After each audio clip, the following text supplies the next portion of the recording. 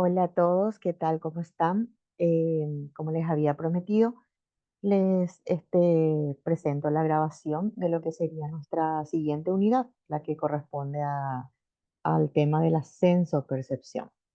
Traté de hacer lo más sencillo posible para que se pueda comprender, ¿verdad?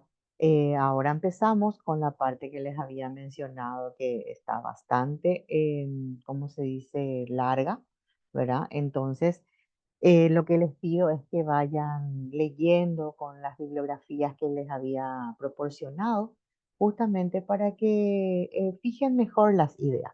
Si bien no es complicado, porque es algo que ustedes ya manejan, pero los trastornos que ahora vamos a estudiar, o las psicopatologías, por así decirlo, esos sí son términos nuevos para ustedes, son conocimientos nuevos para ustedes. Bueno, vamos a iniciar.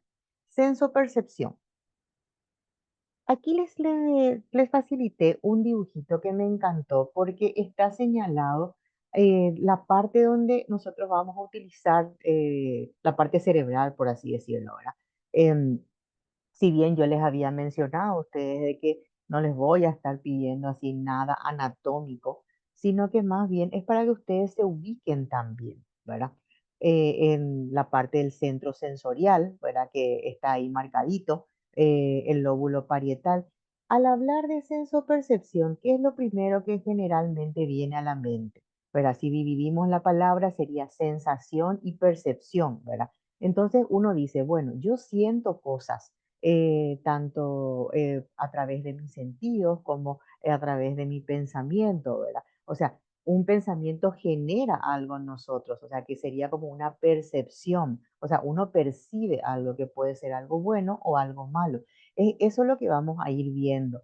Si bien no es que hay una zona, por así decirlo, específica en la cual se ocasiona, así como lo habíamos mencionado con el tema de el circuito de Papez, como lo habíamos mencionado también con los otros mecanismos neuropsicológicos, por ejemplo, el RNA, que eran las huellas mnésicas, ¿se acuerdan de eso, verdad? Entonces, en este caso, por ejemplo, actúa todo el cerebro también. ¿Por qué? Porque participa la conciencia, participa el juicio. Vamos a ir describiendo parte por parte.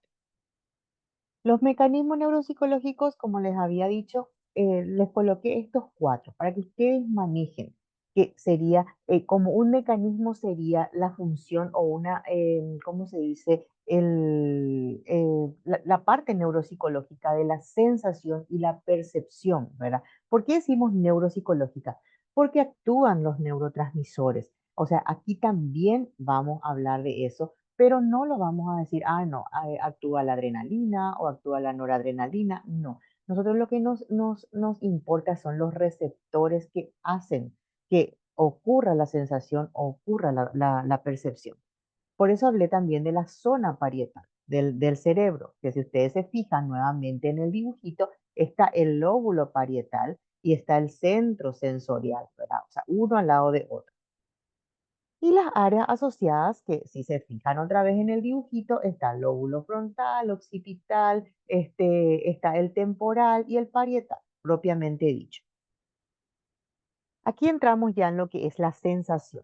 Es nuestra capacidad para detectar sentidos, ya sea como el tacto, dolor, visión, movimiento. O sea, cuando ustedes piensan en sensación, lo primero que tiene que venir en la mente son los sentidos. ¿Por qué? Porque a través de ellos nosotros tenemos una sensación, ya sea, como dice ahí, ya sea de dolor, de movimiento, de posicionamiento. Después vamos a ir desglosando lo que es cada uno de ellos. Es un elemento primario, fundamental y básico de la percepción. Claro, ¿por qué? Porque sin la sensación, sin sentir algo, yo no voy a poder percibir, no voy a poder explicar lo que estoy percibiendo o no voy a poder decir, yo estoy percibiendo esto porque no estoy sintiendo. Es el registro en la conciencia de la estimulación producida por cualquiera de los aparatos sensoriales. Por eso hablamos. Sensación asocian directamente con los cinco sentidos. La sensación registrada es sometida a elaboraciones psíquicas por las cuales se convierte en una percepción. ¿Qué quiere decir eso? que uno toma conciencia, o sea, uno va elaborando. A qué nos referimos al decir elaboración? Nos referimos a que uno va, por decirlo así, sacando de su memoria, hablando mal y rápido, todo lo que conoce y lo nuevo que está conociendo. Entonces, ¿qué hace? Podemos hablar también que realiza un juicio de valor de eso que está sintiendo. ¿Por qué no? Porque, por eso hablamos de conciencia, memoria, juicio, que tiene mucho que ver con esta parte. Después pasamos a la percepción, que es la forma en que el cerebro procesa y comunica estos sentidos al resto del cuerpo. Claro, una vez que yo siento, o sea, que tengo esa sensación por alguno de mis sentidos, ¿qué es lo que pasa? Se procesa eso y ahí yo tengo una percepción que puedo comunicar, ¿verdad? Es una actividad determinada por la atención. Hablamos también ahí que es un proceso complejo donde intervienen las sensaciones, las evocaciones mnemónicas y asociación de ideas. Por eso que dijimos que uno va asociando o va entrando, por decirlo así, buscando en el cerebro o en la memoria, mejor dicho, lo que ya conoce, lo nuevo que está conociendo y claro, lo une y saca una conclusión. Su finalidad es comprender lo que se está captando, o sea que cuando yo percibo algo, darle un significado a esa percepción, a eso se refiere. Por eso ahí abajo les puse que una percepción es la conciencia de lo percibido. O sea, yo tomo conciencia de lo que estoy percibiendo, ¿verdad? De las sensaciones, ¿verdad? Y se puede esperar reacciones emocionales, claro que sí. Uno se puede conmover, uno se puede irritar, uno se puede enojar. Eso vamos a ir viéndolo más adelante al hablar de las psicopatologías. La definición de senso-percepción está sacado del libro de Vallejo Ruilova y también del DSM-5. Es una función psíquica compleja que permite adquirir todo el material del mundo exterior y del mundo interior. ¿Qué quiere decir eso? Tanto de afuera como de adentro, justamente porque se unen la sensación y la percepción, yo puedo adquirir, ¿cómo se dice? Un conocimiento, por así decirlo, y poder expresar eso. Es un proceso, ¿verdad? A través del cual capturamos estímulos de nuestro entorno para que puedan ser procesados e interpretados a nivel cerebral. En este proceso, o sea, es un proceso en el que ocurre el procesamiento tanto sensorial como el perceptivo, que ambos son necesarios para que podamos configurar en una realidad coherente y accesible. ¿Por qué decimos esto? Porque tiene que estar en la misma sintonía, por así decirlo, lo que es la sensación y la percepción. ¿Por qué? Porque si ocurre una distorsión en uno de ellos, entonces estamos hablando de una psicopatología. O sea, no podemos configurar en una realidad coherente, por así decirlo. Aquí les pasé a explicar, o sea, les quiero pasar a explicar, mejor dicho, lo que es una actividad sensorial. Bueno, para que yo diga que ocurre la sensopercepción o que podemos clasificar una sensopercepción, ¿verdad? Tiene que actuar tres cosas, y esto es tema de examen, gente. Los sentidos externos, los sentidos internos y la percepción del mundo mental o nuestra vida psicológica a través de la conciencia. Cuando hablamos de sentidos externos, nos referimos a todos nuestros sentidos, visual, auditivo, táctil, gustativo, olfativo. Cuando hablamos de sentidos internos, implica cómo nosotros sentimos nuestros órganos. ¿Qué quiere decir eso? Que, eh, bueno, el esqueleto o el cuerpo humano está compuesto de órganos, cartílagos, el esqueleto, fibras, neuronas, o sea, podemos hablar de muchas cosas en sí, pero generalmente el cuerpo humano siente a través de los órganos, como la piel, el estómago, los ojos, o sea, son órganos, ¿verdad? Entonces, ahí nos dividimos otra vez en dos tipos de sensaciones o cómo uno está sintiendo, que vendría a ser la senestesia y la kinestesia. La senestesia es la sensación general del estado propio del cuerpo. ¿Qué quiere decir esto? Que los órganos sienten mediante receptores. Aquí entramos a hablar otra vez de los receptores, ¿verdad? Que hacen que se perciba cómo está el órgano en sí, ¿verdad? Después les voy a explicar con ejemplos de cómo vamos a ir analizando esto. Y la kinestesia es más la parte motora, por así decirlo, o sea, que se encarga de percibir y controlar el movimiento corporal, así como la posición, el equilibrio, son receptores que están en las articulaciones, haciendo que podamos percibir el sentido tanto horizontal como vertical de nuestro cuerpo. Es ahí donde nos damos cuenta de esa sensación de escalofrío, por ejemplo, que uno siente que algo le roza o algo le pasa, ¿verdad? O de repente uno mueve su cuerpo cuando uno está con un calambre, mueve su cuerpo y parece como que sigue desplazándose hacia un lado. Esa es una kinestesia, ¿verdad? Pero eso es normal, ojo. Ya vamos a hablar de la parte que sería psicopatológica. Después pasamos a hablar de las imágenes. Para hablar de imágenes tenemos que tener en cuenta cuáles son imágenes normales. ¿Por qué? Porque posteriormente hablaríamos nuevamente de lo que es la ilusión y lo que es la alucinación, ¿verdad? Bueno, una imagen es una representación mental o visual de algo que puede ser experimentada por la mente. O sea, puede referirse a una representación simbólica o visual de algo real o imaginario. Pero, ¿qué pasa? Puede ser experimentada por la mente. O sea que esa representación, ya sea simbólica, puede ser algo que existe o que no existe, pero no es alucinatorio. O sea que voy a ir explicándome mejor. Es un objeto o una situación percibida a través de cualquiera de los sentidos, o sea que todo lo que se percibe se caracteriza como imagen. Porque por eso que uno dice, ¿me podés explicar a través de una imagen? Dicen algunas personas que de repente tienen más facilidad. Por eso es que cuando uno sufre de un asalto, ahí se ve claramente también. eh, Empieza a detallar, ¿cómo se dice? Empieza a detallar partes o la escena misma o a la persona que le asaltó. Entonces es ahí donde uno se pone a pensar y dice, de repente, hay una carga emocional muy fuerte, ¿verdad? Porque puede ser un susto, un shock. Algunos pueden describir, otros no. O bien uno, qué sé yo, tiene una vivencia tan linda de un viaje y empieza a plasmar en imágenes, ¿verdad? Pero puede imaginar también cosas cuando narra un cuento a una criatura. Yo, por ejemplo, cuando era más chiquitita, mi nena le contaba cuentos, por ejemplo, ¿verdad? Inventados. Ahora sí ya le leo cuentos que existen, ¿verdad? Pero inventaba un cuento de cómo ella nació y cosas así, y le daba un tinte, pero es una imagen normal que yo estoy creando, ¿verdad?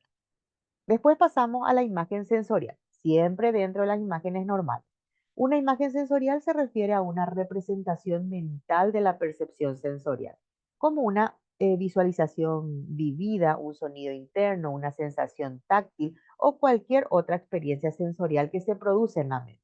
Es una imagen percibida a través de los sentidos, o sea que tiene que estar involucrado uno de los sentidos para que yo diga que es una imagen sensorial.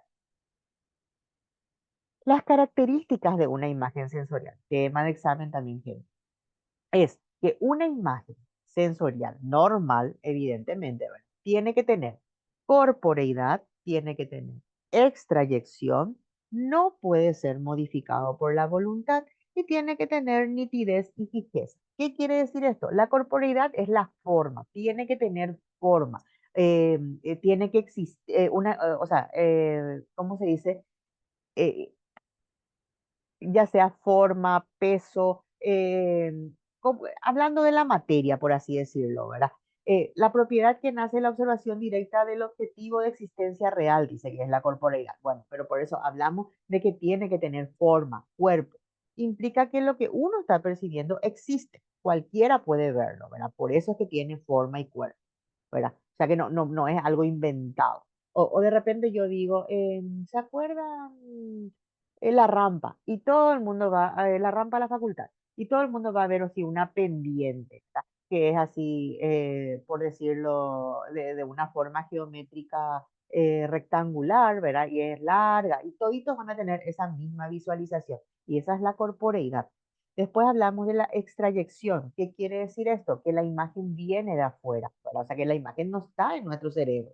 ¿verdad? Procede de un objetivo situado fuera de los límites del yo. Como les mencioné, la rampa es de la facultad, está fuera de la facultad, yo lo visualicé en algún momento, quedó eso grabado en mi memoria y es ahí donde yo puedo plasmar la imagen.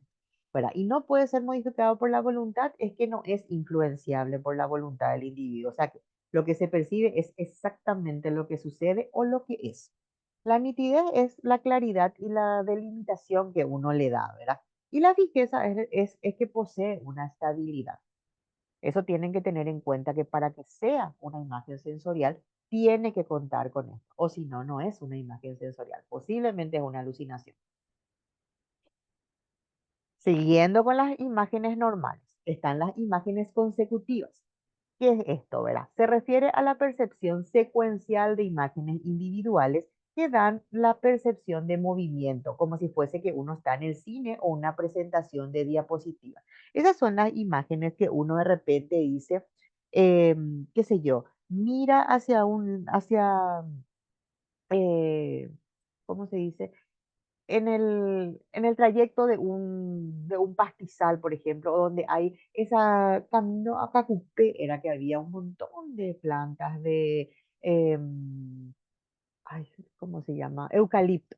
Y ahí, por ejemplo, uno si mira la imagen, son varias imágenes, ¿verdad? Ven un árbol tras otro, pero esa imagen sigue estando. No sé si alguna vez les pasó eso, ¿verdad? De que se sigue viendo una imagen tras otra, ¿verdad? Es una imagen consecutiva, por así decirlo. O bien también otro ejemplo suele ser, no sé si ustedes se van a recordar, ¿verdad? Pero antes venían los periódicos un montón de puntitos, imágenes, láminas, así, eran como esos, como las luces psicodélicas, pero en color. Y que te decían que mira fijamente en un punto y vos tenías que mirar y después aparecía una imagen. Eso, por ejemplo, o de repente uno mira mucho tiempo una linterna con la luz fuerte y mira hacia la pared y va a seguir viendo esa imagen. Esa es una imagen consecutiva, para que uno vuelve a ver. No sé si me estoy explicando, ¿verdad? Después tenemos la imagen mnemónica. Es una representación mental que se utiliza para ayudar en la retención o recuperación de la información de la memoria. ¿Qué quiere decir esto? Que son imágenes generadas por la memoria o representadas a través de la memoria, ¿verdad? Es cuando nos imaginamos y pensamos en esa imagen y puede que nos genere algo esa imagen. O sea, ahí ya no importa si es o sea, puede haber una carga afectiva, ¿verdad? Pero no estamos hablando de algo traumático, ojo, sino que son cosas que quedan en nuestra memoria. O sea, muchos van a comentar de eso y hace poquito también habían hecho comentarios de lo que le hacía recordar, por ejemplo, a su niñez o el olor también que uno de repente hace, que al oler genera esa imagen en uno y dice, ay, me hace recordar cuando antes yo estaba en el frío, ahora que hace frío, ¿verdad? Antes yo estaba en el frío sentada al lado del brasero y uno va recordando, o sea, una imagen mnemónica, ¿verdad? Después están las imágenes oníricas, que se refiere a una imagen que aparece en el sueño o en la pesadilla. Es normal, gente, ojo.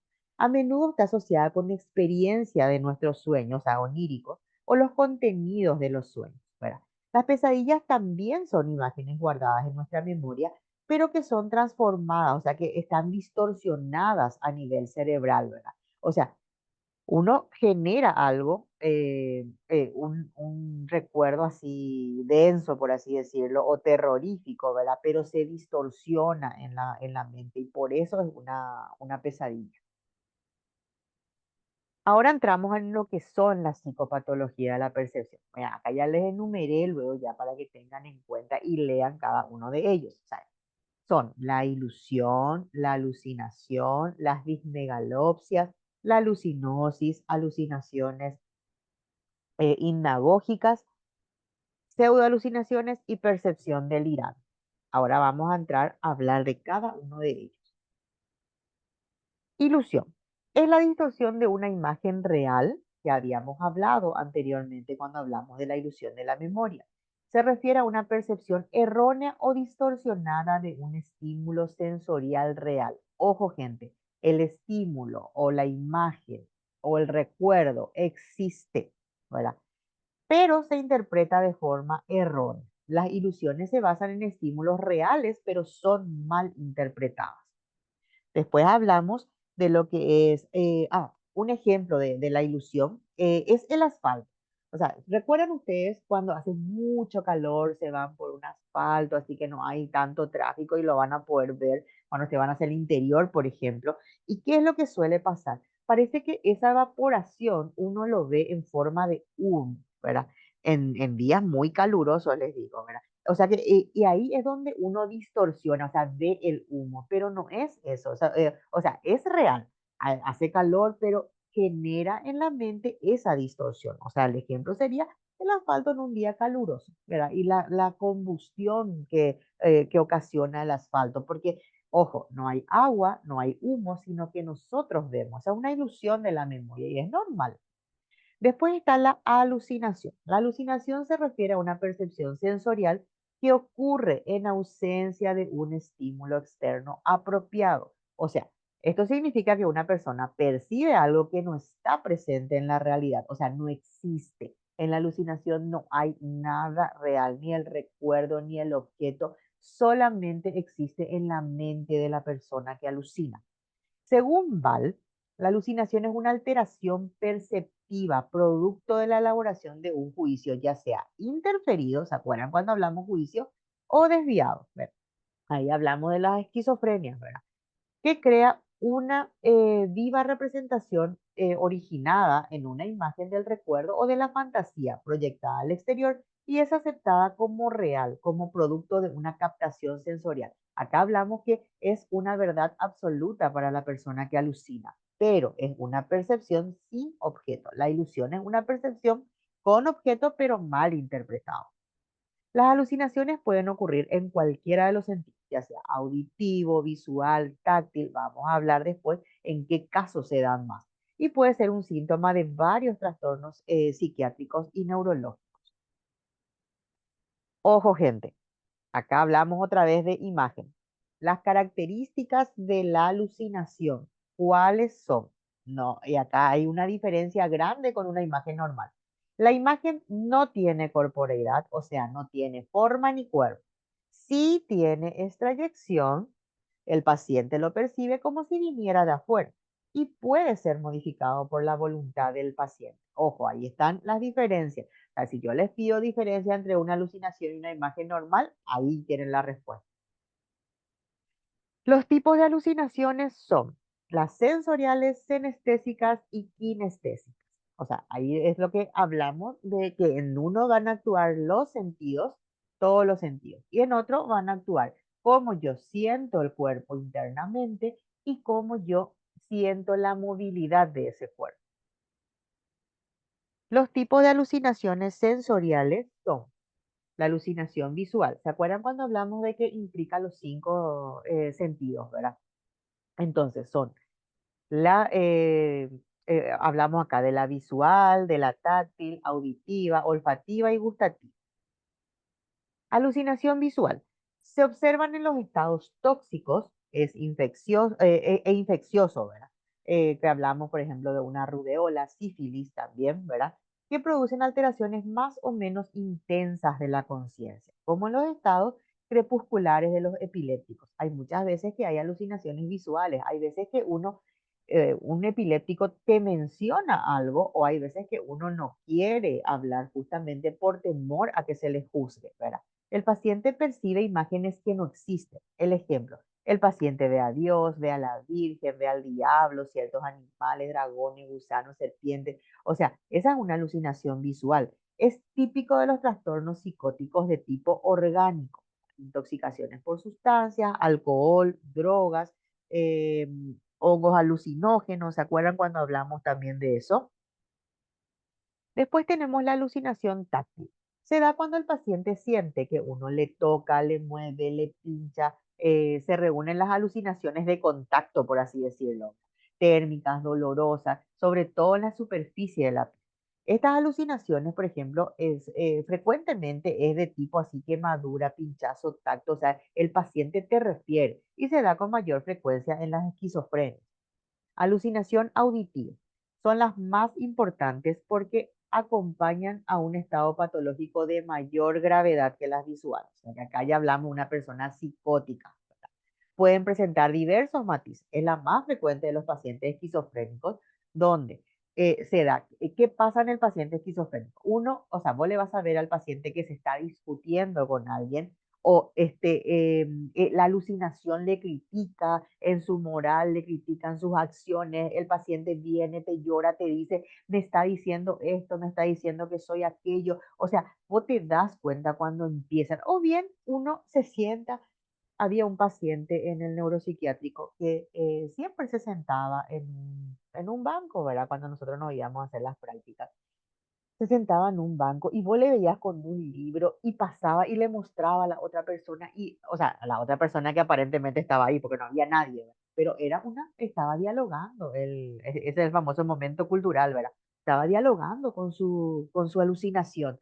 Y era impactante verle, ¿verdad? Porque no era agresivo, o sea, por la pinta era muy culto también la alucinación que él tenía, ¿verdad? Porque la forma en que hablaban y él leía, y siempre leía novelas, no sé de dónde conseguía, ¿verdad? Porque que yo sepa, no hay biblioteca ahí en el Neuro, pero alguien le llevaba, ¿verdad? Y leía, y se veía, a simple vista, uno notaba que la persona estaba alucinada.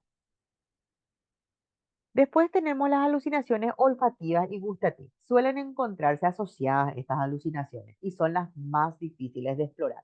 ¿Por qué? En otros países o sea, yo había participado de un taller en el cual era justamente cognitivo-conductual el taller y hablaban del biofeedback, ¿verdad? Y que tenían todos unos aparatos y todo eso. Y también mencionaron que ellos para explorar, por ejemplo, en la parte psiquiátrica, las alucinaciones tenían un kit tanto para el sabor como también para el olor, pero era carísimo, pero carísimo. Y imagínate si vos vas a estar teniendo eso en consultorio para ver si es que tu paciente siente eso o no. En estos casos, por ejemplo, lo que se da con mayor frecuencia son las alucinaciones, ¿cómo se dice? En los casos de esquizofrenia paranoide, ¿verdad? En donde el paciente te dice que le quieren matar, que le envenenaron, que sabe podrido su comida o que tiene un olor a podrido, o que tiene un olor de muerte, ¿verdad? O sea, ellos te refieren de esa manera.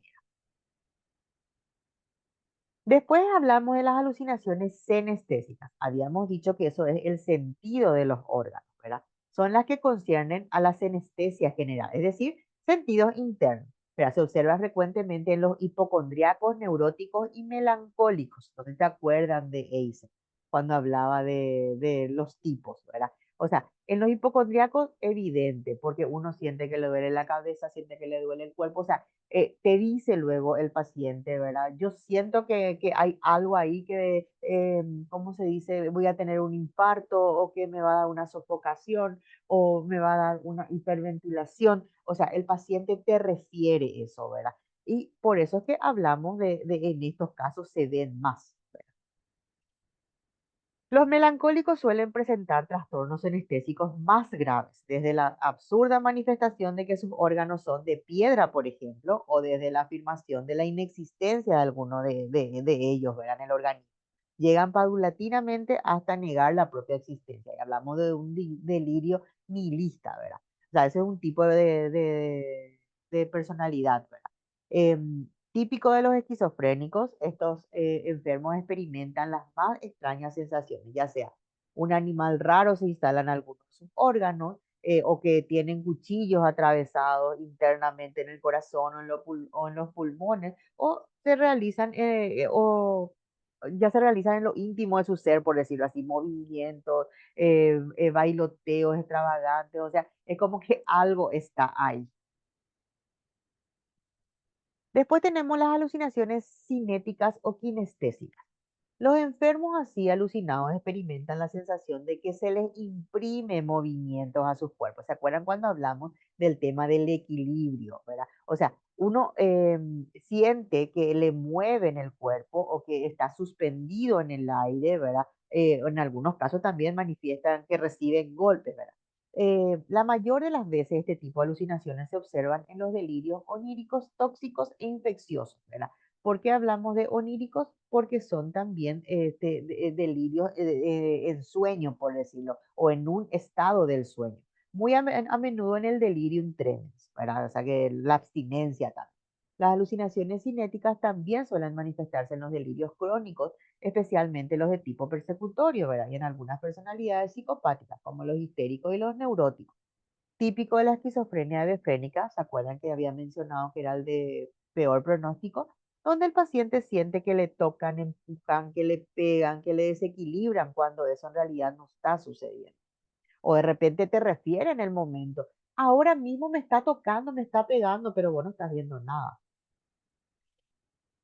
Después hablamos de otras patologías del ascenso percepción, que son las dismegalopsias. Y aquí hablamos ¿cómo se dice? Sensopercepciones o distorsiones espaciales, ¿verdad?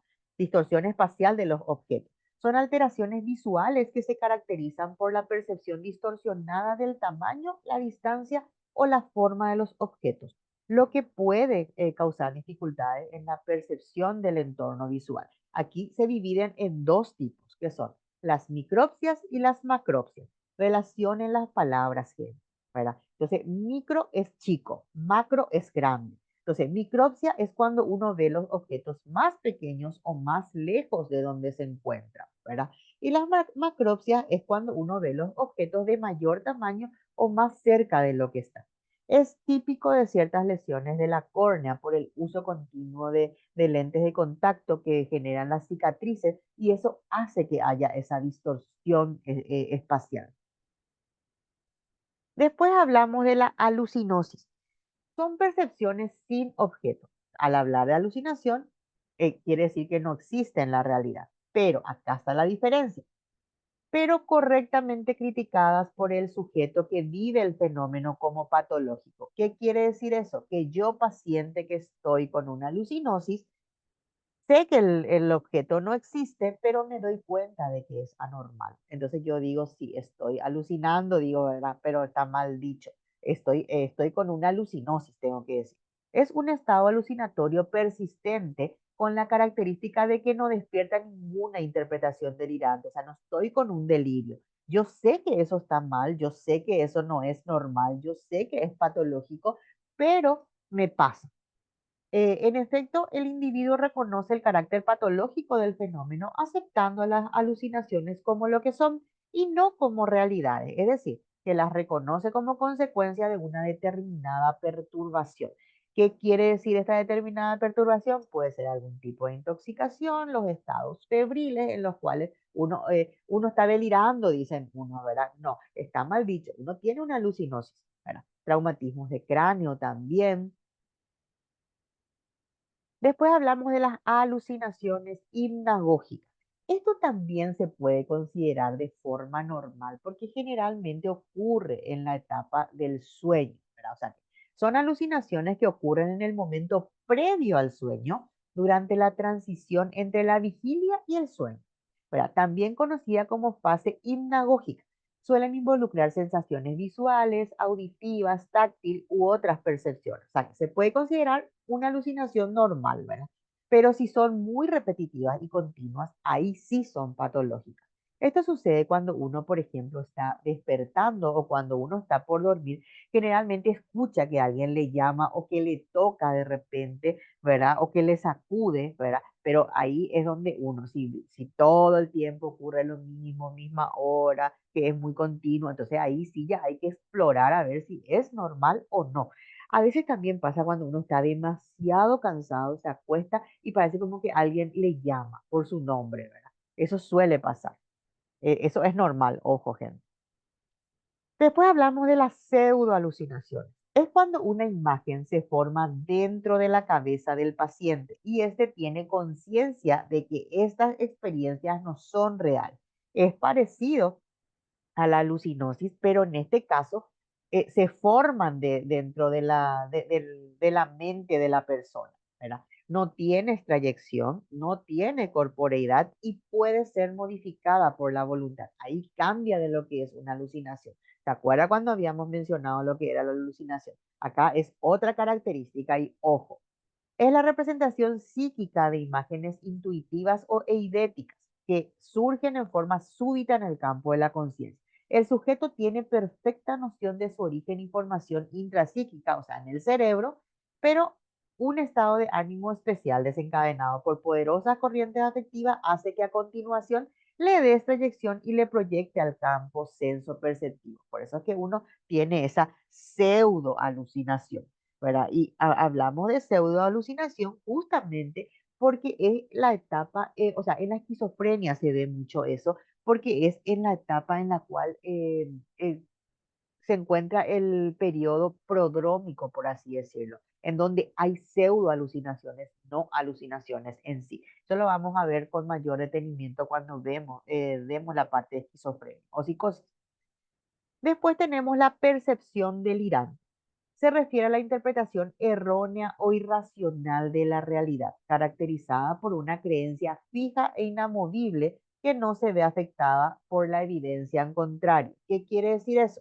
Que por más que uno me explique, yo voy a tener esa creencia fija e inamovible. Por eso se dice evidencia, ¿verdad? Es precedida por una desviación del juicio. Pues hablamos percepción delirante, delirio. Recuerden, gente, desvío del juicio que dificulta la interpretación y comprensión correcta de las cosas e induce a la falsa interpretación de los hechos reales.